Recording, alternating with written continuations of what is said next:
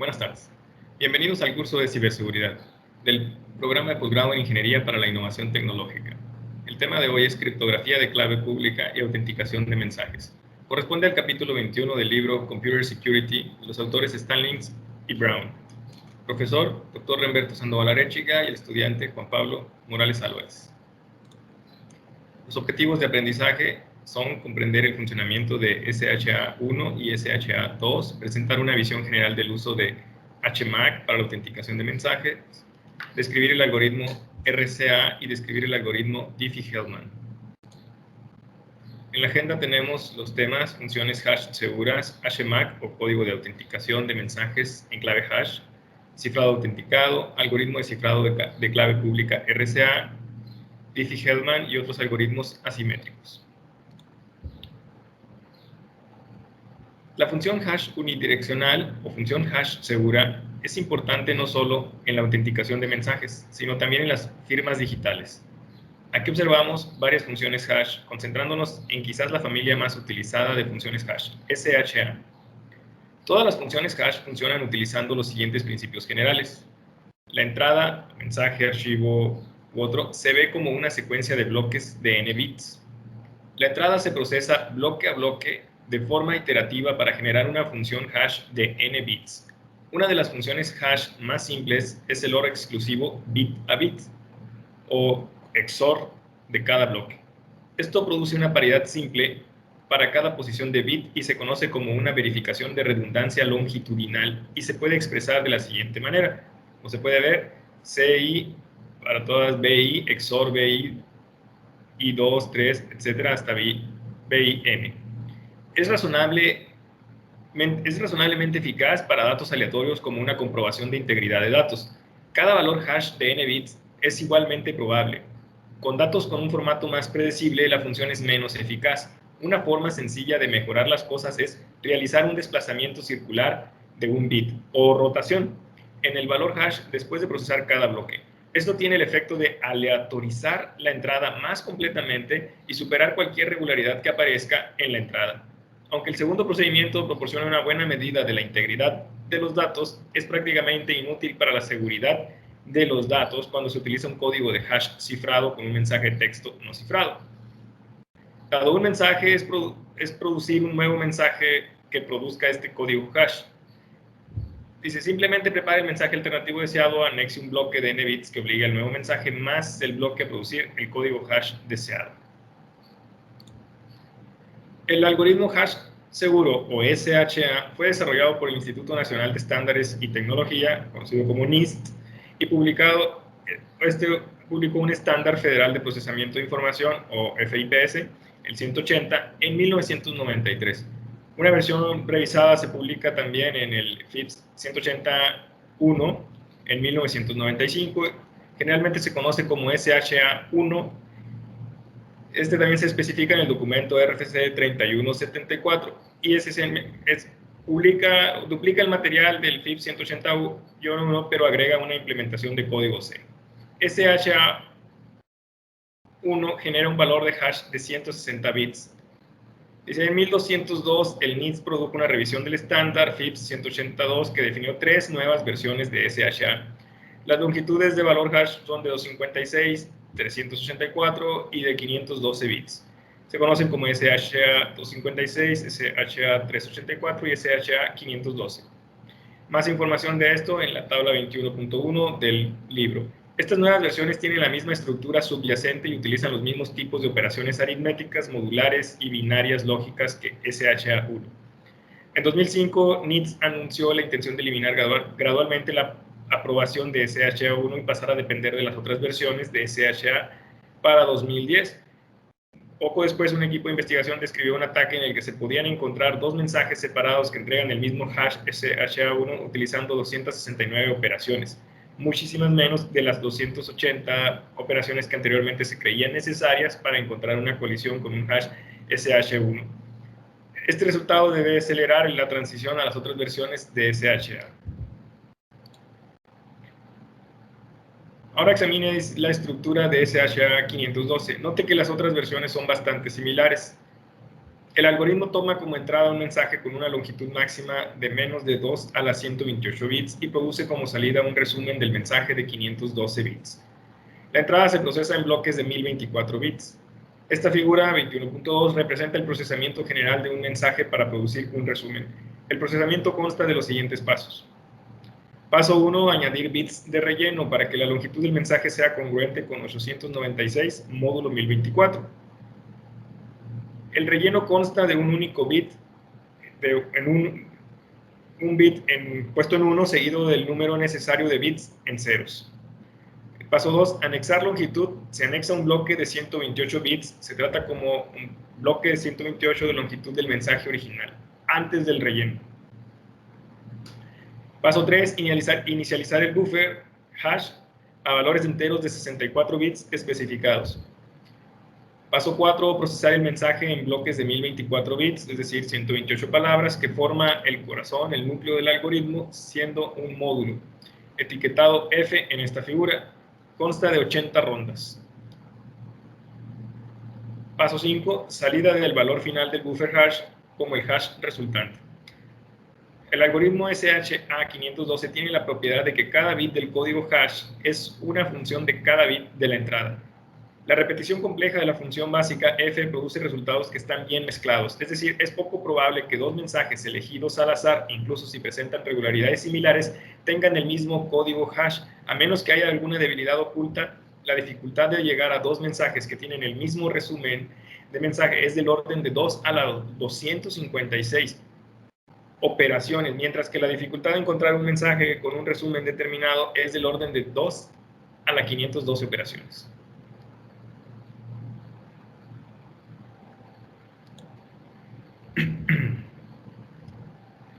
SHA-2, particularmente la versión de 512 bits, parecería proporcionar una seguridad inexpugnable. Sin embargo, SHA-2 comparte la misma estructura y operaciones matemáticas que sus predecesores, y esto causa preocupación, debido a que tomaría años encontrar un reemplazo adecuado para SHA-2 en caso de que se volviera vulnerable. El NIST anunció en 2007 un concurso para producir la función hash NIST de próxima generación, que se llamaría SHA-3. Los requisitos básicos que debe cumplir cualquier candidato a ser SHA-3 son los siguientes.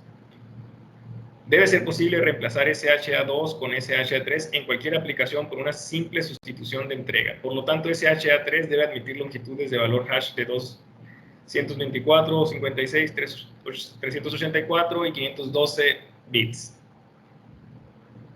SH3 debe preservar la naturaleza en línea de SHA-2, es decir, el algoritmo debe procesar bloques comparativamente pequeños, 512 o 1024 bits, a la vez, en lugar de requerir que todo el mensaje se almacene en buffer de memoria antes de procesarlo.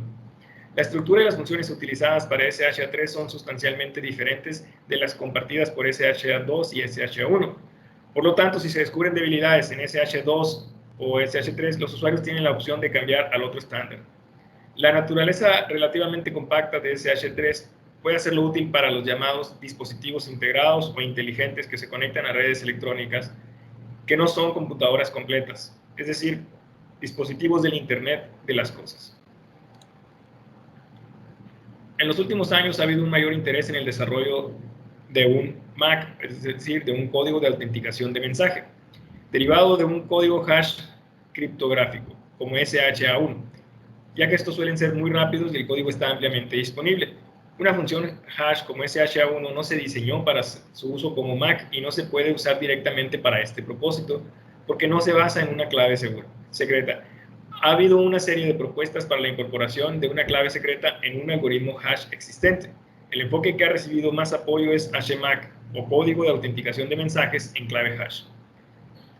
HMAC se ha elegido como el MAC obligatorio para implementar la seguridad IP y se utiliza en otros protocolos de Internet, como la seguridad en la capa de transporte TLS, que se espera que pronto reemplace a la capa de socket seguro.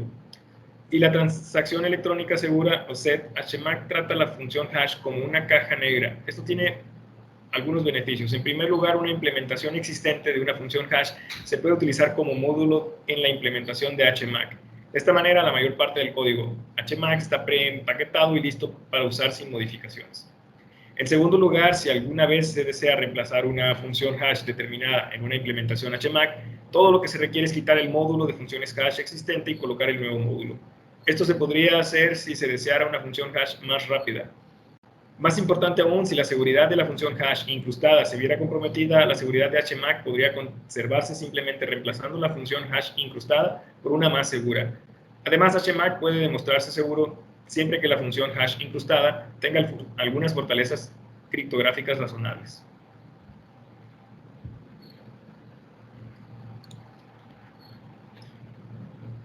Esta figura, la 21.4, ilustra el funcionamiento general de HMAC. Implementa una función HMAC respecto a K y M, donde K más es K rellenado con ceros a la izquierda para que el resultado sea B bits de longitud, donde B es el número de bits de un bloque. Y pad es el valor 36 escrito en hexadecimal repetido para rellenar el bloque. O pad es el valor 5C en hexadecimal repetido también para llenar el bloque. M es la entrada del mensaje HMAC, incluido cualquier relleno. Entonces, en otras palabras, para describir la imagen, 1 añada ceros al extremo izquierdo de K para crear una cadena de B bits K más. Por ejemplo, si K tiene una longitud de 160 bits y B tiene 512, entonces K se añadirá con 44 bytes 0 para rellenar. XOR de K más con IPAD para producir el B bit, el bloque B bit. Añadir M a S. Aplicar H a la secuencia generada en el paso 3. Paso 4, 4, aplicar H a la secuencia generada en el paso 3. Paso 5, XOR K más con OPAD para producir el B-bit bloque de SO. Añadir el resultado hash del paso 4 a SO. Y 7, aplicar H a la secuencia generada en el paso 6, generar el resultado. HMAC debe ejecutarse aproximadamente en el mismo tiempo que la función hash incrustada para mensajes largos. HMAC agrega 3 ejecuciones de la función hash básica para SI, SO y el bloque generado a partir del hash interno.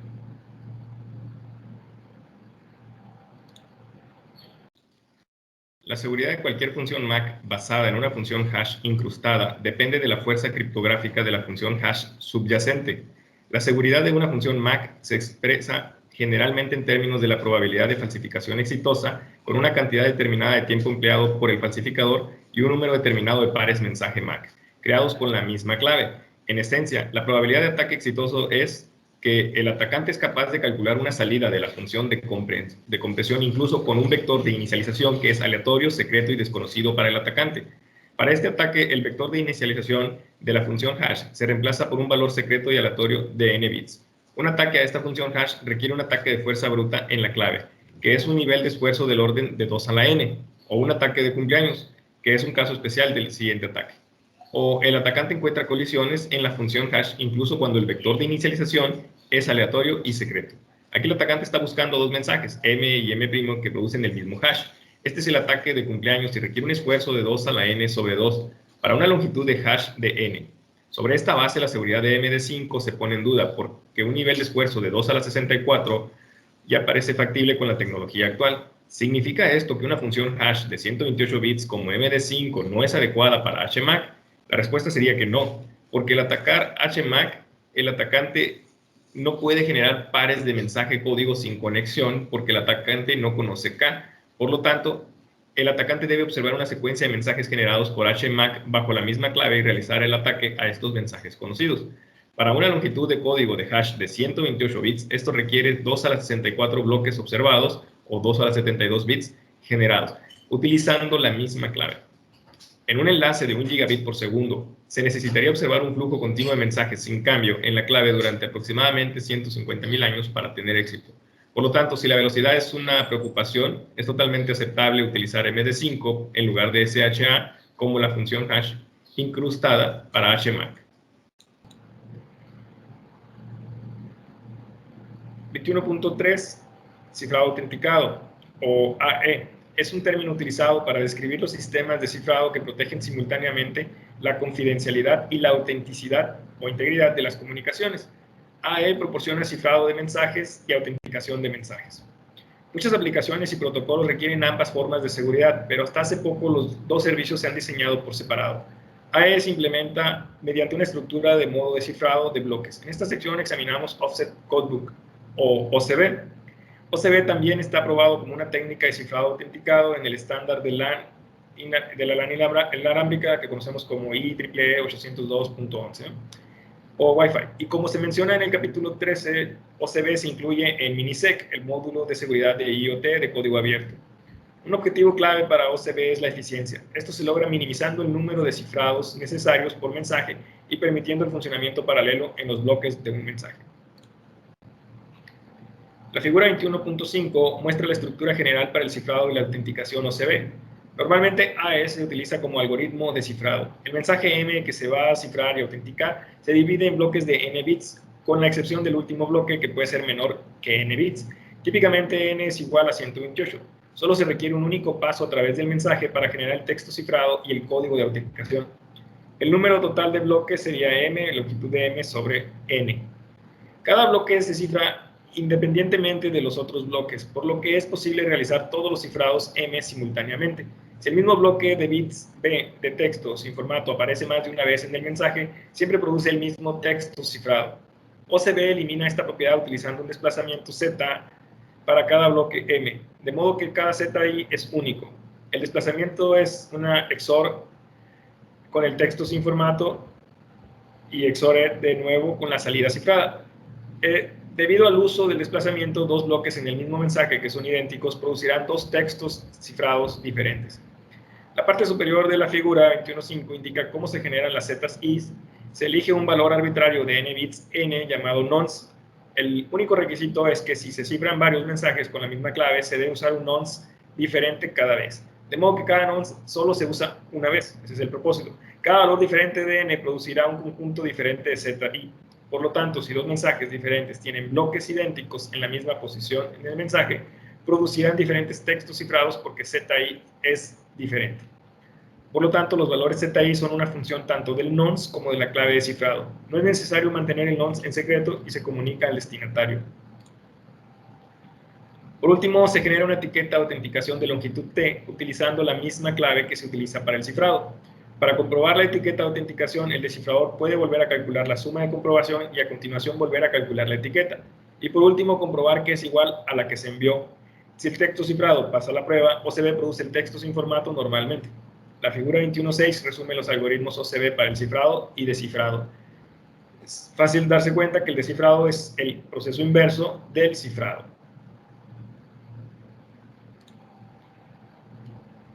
Quizá los algoritmos de clave pública más utilizados son RSA y Diffie-Hellman. Uno de los primeros esquemas de clave pública fue desarrollado en 1977 por Ron Rivets, Adi Shamir y Len Adelman en el MIT y publicado por primera vez en 1978. Desde entonces el esquema RSA ha reinado como el enfoque más ampliamente aceptado e implementado para el cifrado de clave pública. RSA es un cifrado por bloques en el que el texto plano y el texto cifrado son enteros entre 0 y n-1, para algunas n. El cifrado y descifrado son de la siguiente forma: para algunos bloques de texto plano, m, y bloques de texto cifrado, c. Como se puede observar, c es igual a m a la e módulo de n. Para el cifrado y el descifrado, m es igual a c a la d módulo de n. Tanto el emisor como el receptor deben conocer los valores de n y e, y solo el receptor conoce el valor de d. Se trata de un algoritmo de cifrado de clave pública con una clave pública de PU, de un conjunto PU, elementos de n, y una clave privada PR, elementos de n. Más información de esto pues, estaría en el texto.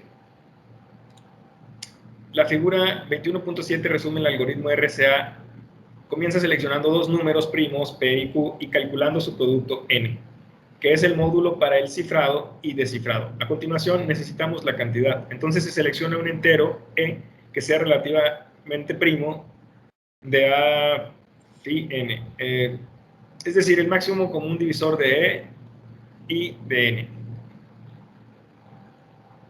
Finalmente, se calcula D como la inversa multiplicativa de E módulo N. Se puede demostrar que D y E tienen las propiedades deseadas. Supongamos que el usuario A ha publicado su clave pública y que el usuario B desea enviar el mensaje M a A. Entonces B calcula C igual a M a la E módulo de N y transmite C. Al recibir este texto cifrado, el usuario A descifra calculando M igual a C a la D módulo de N.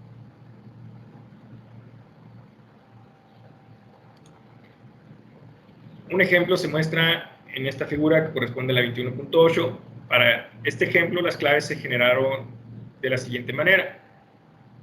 En el paso 1 se seleccionaron dos números primos, P igual a 17 y Q igual a 11. Se calcula N igual a PQ, 17 por 11, 187. Ahora se calcula la función de N, P-1 producto con Q-1 igual a 16 por 10 igual a 160. En el paso 4 se selecciona E tal que sea relativamente primo de N, es decir, aquí tendríamos de 160 y que sea menos de la phi N. Elegimos una E 7. Se determina D tal que DE módulo 160 es igual a 1 y D es menor que 160. El valor correcto es D igual a 23, porque 23 por 7 nos da 161. Las claves resultantes son clave pública PU 7, 187 y la clave privada PR 23, 187. En el ejemplo se muestra el uso de estas claves para una entrada de texto no cifrado de M igual a 88. Para el cifrado necesitamos calcular C igual a 88 a la 7 módulo 187 y esto nos da 11. Lo que se puede hacer de manera eficiente explotando las propiedades de la aritmética modular como se muestra en el texto.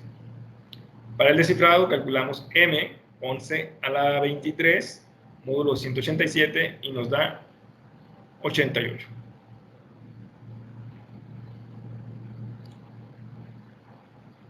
Cuatro enfoques posibles para atacar el algoritmo RSA serían la fuerza bruta.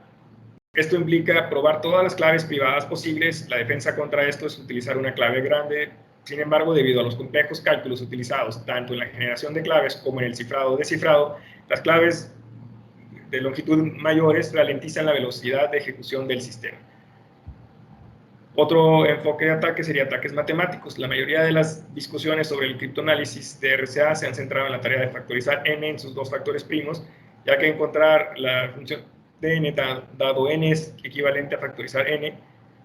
Hasta mediados de la década de 1990, los ataques de factorización utilizaban la criba cuadrática. El reciente ataque al RSA 130 utilizó la criba de campo numérico generalizado, o GNFS, y fue capaz de factorizar un número mayor que el RSA 129 en solo el 20% del esfuerzo informático. Podemos esperar más refinamientos en GNFS y el uso de un algoritmo aún mejor, como la criba de campo de número especial o SNFS. Es razonable también esperar un avance que permita un rendimiento general de factorización en aproximadamente el mismo tiempo que SNFS o mejor. Por lo tanto, se debe tener cuidado de elegir un tamaño de clave para RSA. Para un futuro próximo, un tamaño de clave en el rango de 1024 a 2048 bits parece que es lo seguro.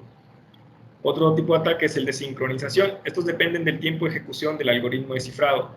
Esto es análogo a un ladrón que adivina una combinación observando cuánto tiempo se tarda en girar un dial de un número a otro. El ataque explota el uso común de un algoritmo de exponenciación modular en el cifrado y descifrado de RSA. Para el ataque se puede trabajar con cualquier implementación que no se ejecute en tiempo fijo. Aunque el ataque de temporización es una amenaza seria, hay contramedidas simples que se pueden usar como tiempo de exponenciación constante y retrasos aleatorios o cálculos cegadores.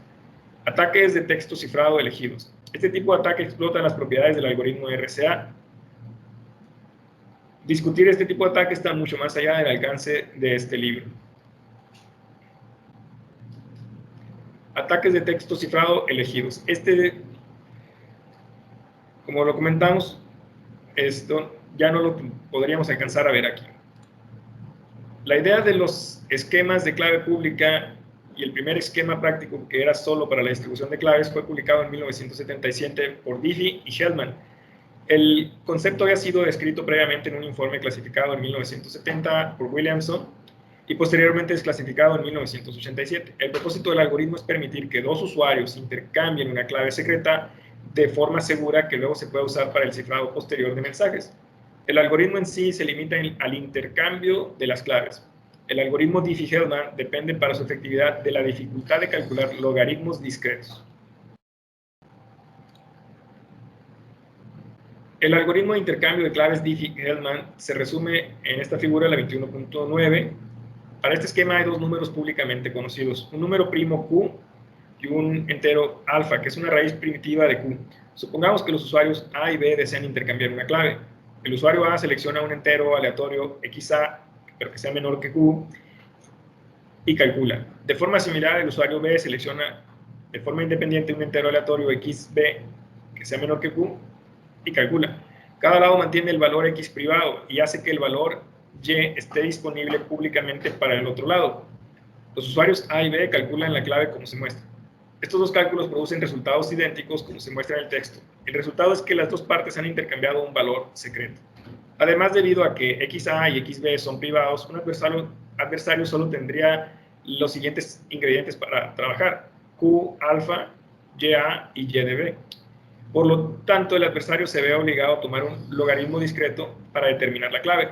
Por ejemplo, para determinar la clave privada del usuario B, un adversario debe calcular XB de logaritmo alfa Q de YB. A continuación, el adversario puede calcular la clave K de la misma manera que el usuario B la calcula.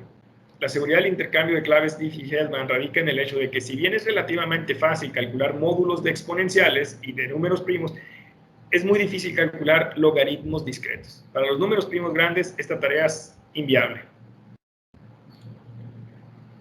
Aquí hay un ejemplo. El intercambio de claves se basa en el uso del número primo Q 353 y una raíz primitiva 353. En este caso, alfa es igual a 3. A y B seleccionan las claves secretas. XA es igual a 97 y XB será igual a 233 respectivamente.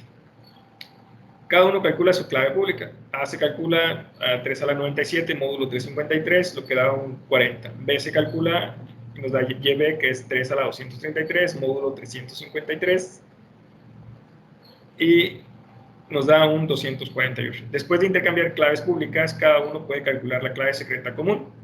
A calcula K, de manera que tenemos YB sería igual a X a la A módulo 353, es decir, 248 a la 97 módulo 353, y nos da 160.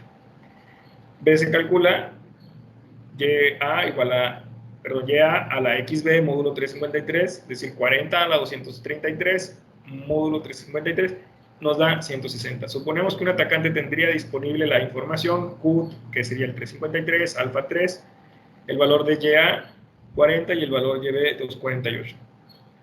En este sencillo ejemplo sería posible por fuerza bruta determinar la clave secreta 160. En particular, un atacante puede determinar la clave común descubriendo una solución a la ecuación de 3A módulo 353 o a la ecuación 3B módulo 353. Podría obtener el 40 o podría obtener el 248. El enfoque de fuerza bruta consiste en calcular potencias de 3 módulo 353, deteniéndose cuando el resultado sea 40 o 248. La respuesta deseada se alcanza con el valor de exponente de 97, que nos proporciona el 397 módulo 353, 40. Con números más grandes, el problema se va volviendo muy poco práctico de resolver. La figura 2110 muestra un protocolo simple que hace uso del cálculo Diffie-Hellman. Supongamos que el usuario A desea configurar una conexión con el usuario B y utilizar una clave secreta para descifrar los mensajes en esa conexión. El usuario A puede generar una clave privada XA de una sola vez, calcular YA y enviarla al usuario B. El usuario B responde generando un valor privado XD, calculando YB y enviando YB al usuario A. Ambos usuarios ahora pueden calcular la clave. Los valores públicos necesarios Q y alfa tendrían que conocerse de antemano. Alternativamente, el usuario A podría elegir valores para Q y alfa e incluirlos en el primer mensaje. Como ejemplo de otro uso del algoritmo Diffie-Hellman, supongamos que un grupo de usuarios, por ejemplo todos los usuarios de una LAN, generan un valor privado XA de larga duración y calculan un valor público YA. Estos valores públicos, junto con los valores globales para Q y alfa, se almacenan en algún directorio central. En cualquier momento el usuario B puede tener acceso al valor público del usuario A, calcular una clave secreta y usarla para enviar un mensaje cifrado al usuario A. Si el directorio central es de confianza, esta forma de comunicación proporciona confidencialidad y un grado de autenticación. Dado que solo A y B pueden determinar la clave, ningún otro usuario puede leer el mensaje. El destinatario A sabe que solo el usuario B podría haber creado un mensaje con esta clave, porque está autenticado. Sin embargo, la técnica no protege contra ataques de reproducción. El protocolo representado en la figura 2110 es inseguro contra un ataque de tipo man in the middle, el de hombre en el medio. Supongamos que Alicia y Bob desean intercambiar claves, donde Dart ataca de la siguiente manera. En el primer paso, Dart genera dos claves privadas, XD1, XD2, y claves públicas YD1 y YD2. En el paso 2, Alicia transmite YA a Bob. En el 3, Dart intercepta YA y transmite YD1 a Bob. Dart también calcula K2. En el paso 4 vemos que Bob recibe de YD1 y calcula K1. En el 5 Bob transmite X a Alice. En 6 Dart intercepta XA y transmite Y2 a Alice.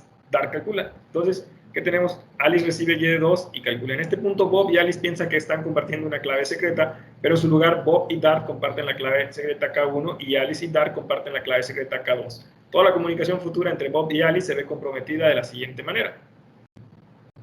Alice envía un mensaje cifrado M, EK2M, y Dart intercepta el mensaje cifrado y lo descifra para recuperar M. Dart envía a Bob el mensaje EK1M, donde M es cualquier mensaje. En el primer caso, Dart simplemente quiere espiar la comunicación sin alterarla. En el segundo caso, Dart quiere modificar el mensaje que va a Bob. El protocolo de intercambio de claves es vulnerable a este tipo de ataques porque no autentica a los participantes. Esta vulnerabilidad se puede superar con el uso de firmas digitales, certificados de clave pública, por ejemplo. El Instituto Nacional de Estándares y Tecnología, NIST, ha publicado la Norma Federal de Procesamiento de Información, es decir, el FIPS 186.4, conocida como la Norma de Firma Digital o DDS. El DDS hace uso del SHA-1 y presenta una nueva técnica de firma digital, el algoritmo de firma digital DSA. El DSS se propuso originalmente en el 91, se vuelve a revisar en el 93 en respuesta a los comentarios del público sobre la seguridad del sistema. Hubo otra revisión menor en el 96 y también en 2013. El DSS utiliza un algoritmo que está diseñado para proporcionar solo la función de firma digital, a diferencia de RSA. No se puede utilizar para el cifrado o intercambio de claves. La gran mayoría de los productos y estándares que utilizan criptografía de clave pública para cifrado y firmas digitales utilizan RSA. La longitud de bits para el uso seguro de RSA ha aumentado en los últimos años y esto ha puesto una carga de procesamiento más pesada en las aplicaciones que utilizan RSA. Esta carga tiene ramificaciones, especialmente para los sitios de comercio electrónico que realizan un número muy grande de transacciones seguras. Recientemente un sistema competidor ha comenzado a desafiar a RSA, la criptografía de curva elíptica o SC.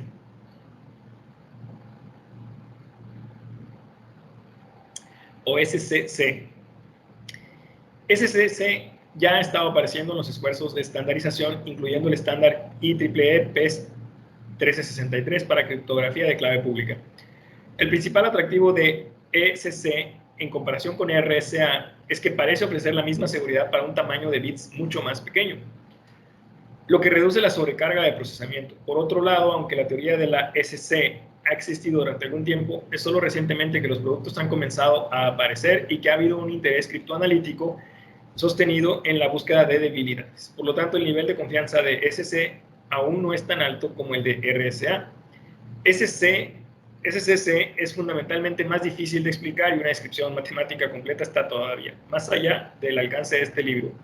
La técnica se basa en el uso de una construcción matemática conocida como la curva elíptica. Como resumen, se ha discutido los detalles técnicos relativos a las funciones hash seguras y HMAC, algoritmos de clave pública como RSA y Diffie-Hellman. Muchas gracias por su atención.